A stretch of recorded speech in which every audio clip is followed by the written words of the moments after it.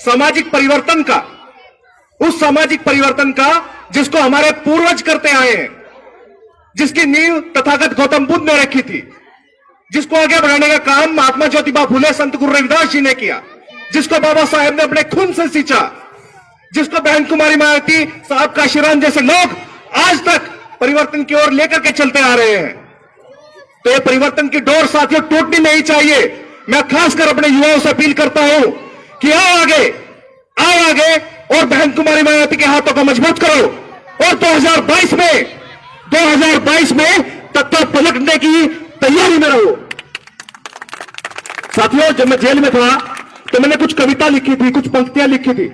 मैं चाहता हूं मेरे माताएं बहने, मेरे भाई, मेरे बुजुर्ग थोड़ा सा ध्यान से सुने।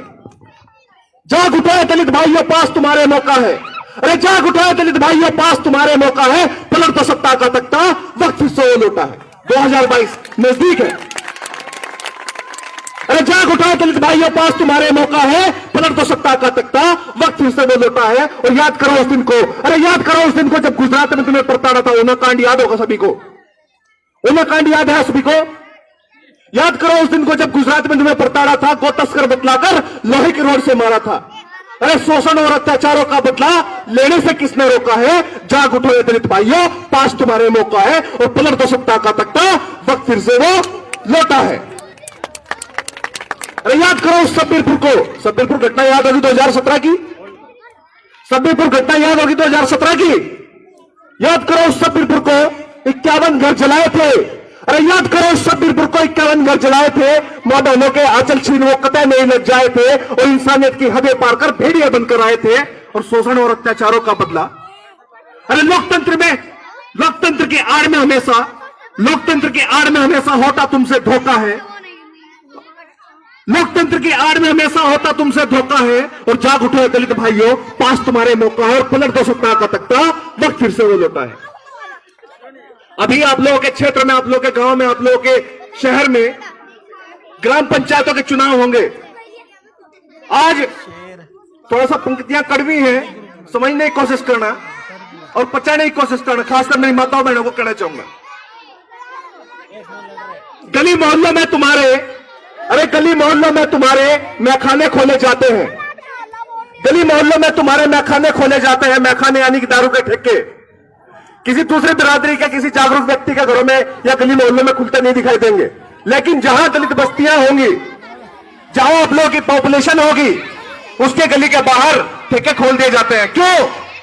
क्योंकि मनुवादी लोग आज भी आप लोगों को दारू में, नशे में उलझा करके रखना चाहते हैं। क्योंकि नशा आदमी को 4 प्रकार से मारता है। नशा पहला आर्थिक रूप से कमजोर कर देता है, दूसरा सामाजिक रूप से कमजोर कर देता है, तीसरा मानसिक रूप से और चौथा शारीरिक रूप से। तो 4 प्रकार से आपको तोड़ता है, खत्म करता है। और यही सोच है मनुवादियों की कि आप लोगों के गली मोहल्लों में ठेके, दारू, नशा बिकवा दिया जाए। और हो रहा है आपके गांव में। मैं कहना नहीं चाहूंगा, सबसे ज्यादा नशा आप लोगों के गांव में परोसा जा रहा है, जिसका मुझे बहुत ज्यादा खेद है। आने वाली पीढ़ियों को नपुंसक बनाने की ओर एक काम हो रहा है, आप लोग समझ लीजिए। हमारी आने वाली पीढ़ियों को नपुंसक बनाने का काम किया जा रहा है, उनको नशा परोस करके, जिसके खिलाफ आप लोगों को एकजुट होकर के आवाज उठानी होगी। अरे गली मोहल्लों में तुम्हारे मैखाने खोले जाते हैं और चुनाव सर पर आ जाए तब झूठ बोले जाते हैं, जो 5 साल आप लोगों को दिखाई नहीं देते। अरे जो 5 साल, पूरे 5 साल आप लोगों को दिखाई नहीं देते, वो आ जाता है चुनाव के दौरान। अभी जैसे पंचायतों के चुनाव होंगे, आ जाएंगे वो लोग आप लोगों के बीच में, भीख मांगने के लिए, वोट मांगने के लिए। तो पूरे 5 साल आप लोगों को दिखाई नहीं देंगे, झूठ बोल बोल करके आप लोगों की वोट लेने का काम करते हैं। गली मोहल्ले में तुम्हारे मैखाने खोले जाते हैं और चुनाव सर पर आ जाए तब झूठ बोले जाते हैं। घर घर पौधा बढ़ता है कि नहीं बढ़ता है? घर घर पौधा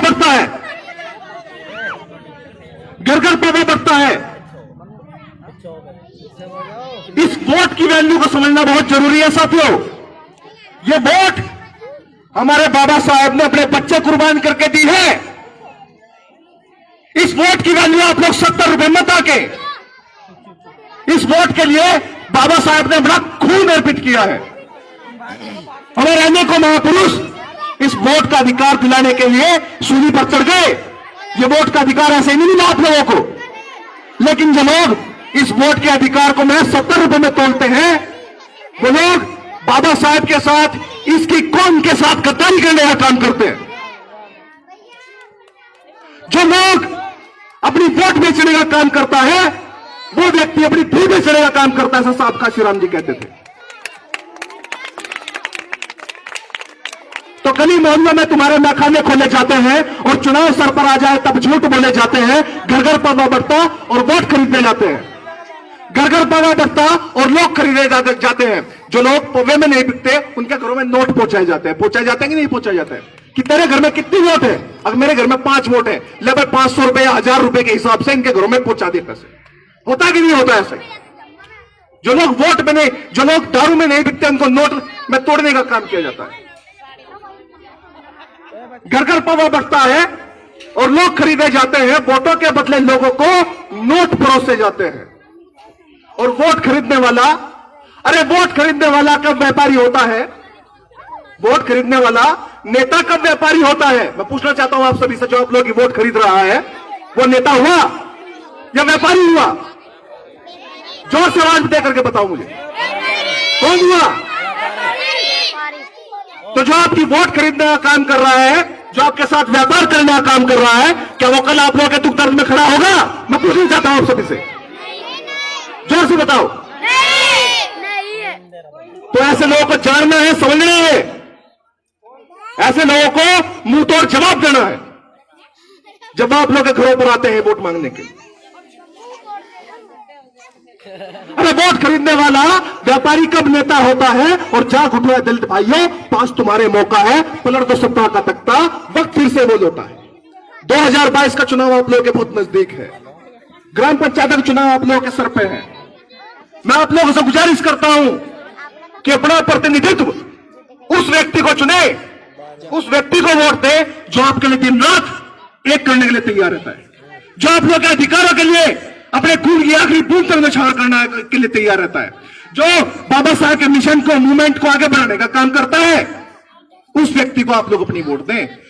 उस वोट को आप लोग पैसों में ना बेचें, क्योंकि ये वोट आप लोगों को आपकी मेहनत से नहीं मिली, आपके पूर्वजों की मेहनत से मिली है, बाबा साहेब की मेहनत से मिली। तो प्रण लेते हैं आप लोग? कितने लोग प्रण लेते हैं? आवाज दो, आवाज दो। प्रण लेते हैं आप लोग? ना तो बिकेंगे, ना रुकेंगे, ना ही झुकेंगे। जिंदाबाद, जिंदाबाद, जिंदाबाद, जिंदाबाद, जिंदाबाद। एक बात कहता हूं कि वक्त बहुत कम है। अरे वक्त बहुत कम है, पूरा जोर लगा दो। वक्त बहुत कम है, पूरा जोर लगा दो। कुछ को मैं जगाऊंगा, कुछ को आप जगा दो। अरे वक्त बहुत कम है, पूरा जोर लगा दो। कुछ को मैं जगाऊंगा, कुछ को आप जगा दो। बाबा साहेब, बहन कुमारी मायावती, साहब काशीराम जी का फोटो घर घर पे लगवा दो। अरे बहन कुमारी मायावती, साहब काशीराम जी का फोटो, बाबा साहेब का फोटो घर घर पे लगवा दो। और फिर देखना, अरे फिर देखना कैसा भूचाल आएगा। मनुवाद तो मनुवाद, मनुवाद तो मनुवाद, मनुवादी आप लोगों के घरों पे घुटने टेक करके आएगा। आवश्यकता है आप सभी को जागरूक होकर के अपने हक अधिकारों को पहचानने की। और मैं आज फिर से बहन कुमारी मायावती जी के 65वें जन्मदिन की बहुजन समाज की ओर से बहन कुमारी मायावती जी को बहुत बहुत धन्यवाद और साधुवाद और मंगल कामनाएं अर्पित करता हूं। बहन कुमारी मायावती जी इसी तरीके से दीर्घायु हो और समाज का इसी शिद्दत से नेतृत्व करती रहे। हमारे समाज का सिरताज है बहन कुमारी मायावती जी, और जिसे मैं वचन देता हूं और मैं आप लोगों से एक वचन लेता भी हूं। मैं आप लोगों से वचन लेना चाहता हूं भाई साथियों, कि आप लोग जब तक जिएंगे, जब तक इस मूवमेंट को, बहन कुमारी मायावती जी को मजबूत करने का काम करेंगे। आप लोग वचन देते हैं? हाथ ऊपर करो भाई। आप लोग वचन देते हैं भाई? जब तक जिएंगे बहन कुमारी मायावती जी के हाथों को, इस पार्टी को मजबूत करने का काम करेंगे। साथियों, कुछ लोग मैं नाम तो नहीं लूंगा, लेकिन कुछ लोग इस पार्टी में बनते हैं, इस पार्टी में एमएलए एमपी बनते हैं, लेकिन जब काम करने की बारी आती है, जब समाज को देने की बारी आती है, तो पार्टी छोड़ करके भाग जाते हैं। मान सम्मान गौरव प्राप्त करेंगे हमारे समाज की पार्टी में, वोट लेकर के हमारे समाज की पार्टी की, लेकिन भाग जाए किसी दूसरी पार्टी में जब समाज को देने की बारी आती है। ऐसे लोगों को पहचानने की आवश्यकता है आप सभी को। और साथियों, और ज्यादा तो आप लोगों को मैं कुछ नहीं दूंगा, लेकिन हमारी पूरी टीम की ओर से आप लोगों के लिए हम लोग कुछ पुस्तकें लाए हैं, जो आप सबसे निवेदन करूंगा मैं कि बारी बारी से आएंगे सभी और एक एक पुस्तक आप लोग लेकर जाएंगे, और गुजारिश ये भी रहेगी कि उन पुस्तकों को पढ़ने का काम करेंगे, उन पुस्तकों को पढ़ने का काम करेंगे और उनको अमल करने का काम करेंगे।